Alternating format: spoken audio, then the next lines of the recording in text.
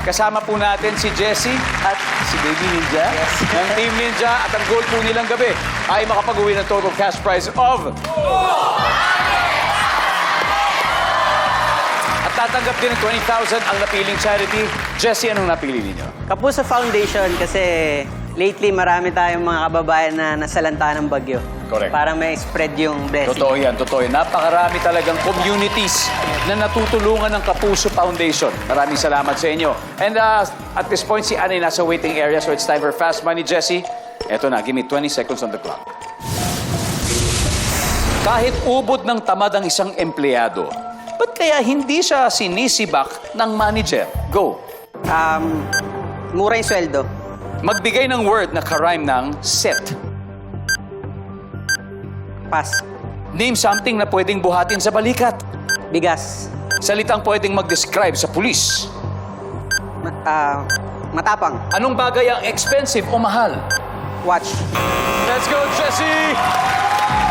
Kahit ubod ng tamad ang isang empleyado, bakit kaya hindi masibak-sibak ng manager? Kasi mababa ang sweldo. Ang sabi ng survey ay... Wala. Magbigay ng word na karime ng set, hindi na natin nabalikan. Something na pwedeng buhatin sa balikat, ang sabi mo ay bigas. Sako ng bigas. Sabi ng survey ay... Yep! Salitang pwedeng mag-describe sa pulis, sabi mo ay matapang. Sabi ng survey... Yes! Bagay na expensive o mahal, sabi mo ay relo. Ang sabi ng survey... Yes! Wow, Jessie! 128 points. Let's welcome back Anne. Hello, Miss Anne. Bago po tayo mag-umpisa, meron ba kayo gustong batiin sa TV? Binabati ko po yung pamilya ko sa Pasay, Solis Family and Katayog, especially Corcuera family po. There you go. Alam niyo, good news ha.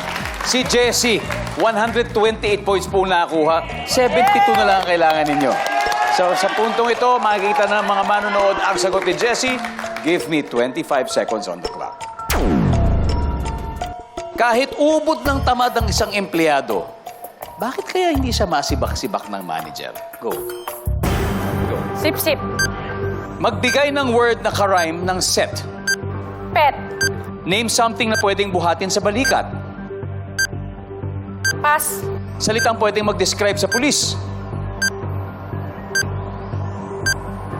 Nanguhuli. Anong bagay ang expensive o mahal? Car. Something na pwedeng buhatin sa balikat. Bigas. Balde. Let's go, Anne. 72 points. Yan na lang. Kahit ubod ng tamad, bakit kaya hindi siya masibak-sibak? Dahil sabi mo'y sip-sip.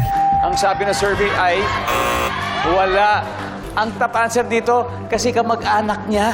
Hindi niya masibak-sibak. Magbigay ng word na karime ng set, sabi mo'y pet. Ang sabi ng survey sa pet ay yes. Ang top answer ay let, L-E-T. Something na pwedeng buhatin sa balikat, sabi mo'y balde. Ang sabi ng survey, meron. Top answer, bigas na sagot ni Jessie. Salatang pwedeng mag-describe sa pulis, sabi mo'y nanghuhuli. Ang sabi ng survey ay meron. Ang top answer ay matapang, nakuha ni Jessie. Anong bagay ang expensive o mahal, sabi mo'y kotse. Ang sabi ng survey ay wow! Ang top answer ay watch, sa sagot ni Jessie. Anyway, congratulations. Panalo pa rin po kayo. Panalo pa rin kayo ng 100,000 pesos. Guys, again, Team Ninja, mag-uuwi pa rin po sila ng 100,000 pesos. And Jessie, pagdarasal namin ang iyong safe delivery. Thank you. Alright? Thank you, Pedro. Maraming salamat sa inyo. And of course, Kyle and the team, sa ulitin. You're welcome anytime. Bawi kami. Ha? Bawi kami. Anytime. Bawi. Let's do it. Monday po ngayon at uwian mula sa trabaho, kaya mag-iingat po kayo sa biyahe. Maraming pong salamat, Pilipinas. Ako po si Ding Dong Dantes. Araw-araw na maghahatid ng saya at papremyo, kaya makihula at manalo dito sa Family Feud.